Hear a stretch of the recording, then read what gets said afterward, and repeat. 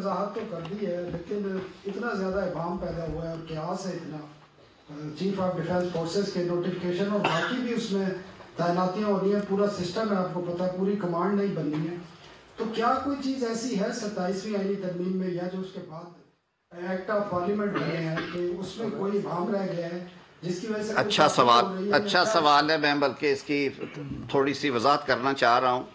Article 243 میں نہ کوئی ابہام ہے اور نہ ہی جو کانسیکوینشل امینڈمنٹس ہوئی ہیں پاکستان آرمی ایکٹ میں، پاکستان ایئر فورس میں اور نیول ایکٹ میں، ان کے سیکشن 8 اور 10 اور شاید وہاں پہ 12 ہیں، ان میں کوئی ابہام نہیں ہے. لکھا گیا ہے کہ جو آرمی چیف ہوں گے وہ کنکرنٹلی بیک وقت چیف آف ڈیفینس فورسز بھی ہوں گے. جو اس کے تابع قانون سازی کی گئی اس میں لکھ دیا گیا ہے کہ جب یہ 27 نومبر تک آئین میں کہہ دیا گیا کہ جب تک chairman joint chief of staff committee ہیں یہ پروین اس کے بعد آپریٹو ہوگی. جو قانون سازی کی گئی اس میں وضاحت سے لکھ دیا گیا کہ وزیر اعظم کی ایڈوائس پہ صدر مملکت اثر نو تعیناتی کریں گے، پہلی تعیناتی کریں گے چیف آف ڈیفینس فورسز کی. نہیں سر، یہ نہیں جاتی. آئین میں یہ لکھا ہوا ہے کہ جو چیف ڈیفینس سروسز کے چیفز ہیں ان کی تعیناتی وزیر اعظم کی ایڈوائس پہ صدر مملکت فرمائیں گے.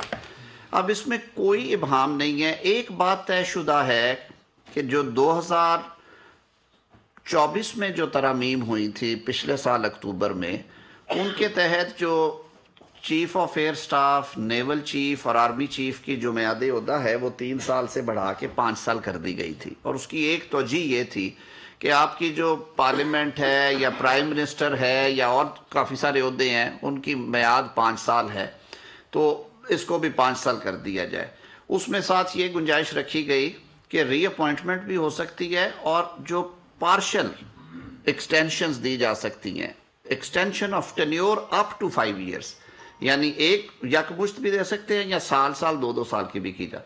تو ایک تو آپ سب کو یہ معلوم ہے کہ جو 29 نومبر 2025 والی جو بات ہے کہ اس دن انہیں دوبارہ آرمی چیف تعینات ہونا تھا، اس کی ضرورت بالکل نہیں ہے. اس لیے نہیں ہے کہ بائی آپریشن آف لا وہ آلریڈی 5 سال کے لیے انجوائے کر رہے ہیں یہ عہدہ. اب انہوں نے بیک وقت اپوائنٹ ہونا ہے چیف آف ڈیفینس فورسز. وہ ظاہر ہے کہ اس کے لیے ایک آپ کو آرگینوگرام اندر بنانا ہوتا ہے. منسٹری آف ڈیفینس اس پہ کام کر رہی. کل بھی انہوں نے کچھ ہدایات جو ہیں وہ شیئر کی ہیں وزیر اعظم ہاؤس سے، جو ایک انفارمل ڈسکشن ہوتی ہے. وہ ساری چیزیں مکمل ہو چکی ہیں، آپ کو پتہ چل جائے گا، پروسیس میں ہیں چیزیں.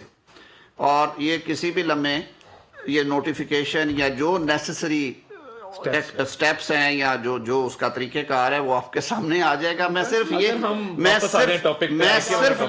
ایک آخری گزارش یہ کروں گا کہ اس پہ کیا سرائیوں کا فائدہ نہیں ہے. یہ کوئی ایسی چیز نہیں ہے جو نہیں ہونے والی یا جس کو کوئی روکا گیا ہے، یا کسی قسم کا کوئی ابہام نہیں ہے. اس میں کوئی لیگل کمپلیکیشن نہیں ہے اور کوئی پولیٹیکل ڈسکنیکٹ نہیں ہے. سبسکرائب کریں اور بیل دبائیں تاکہ کوئی خبر رہ نہ جائے.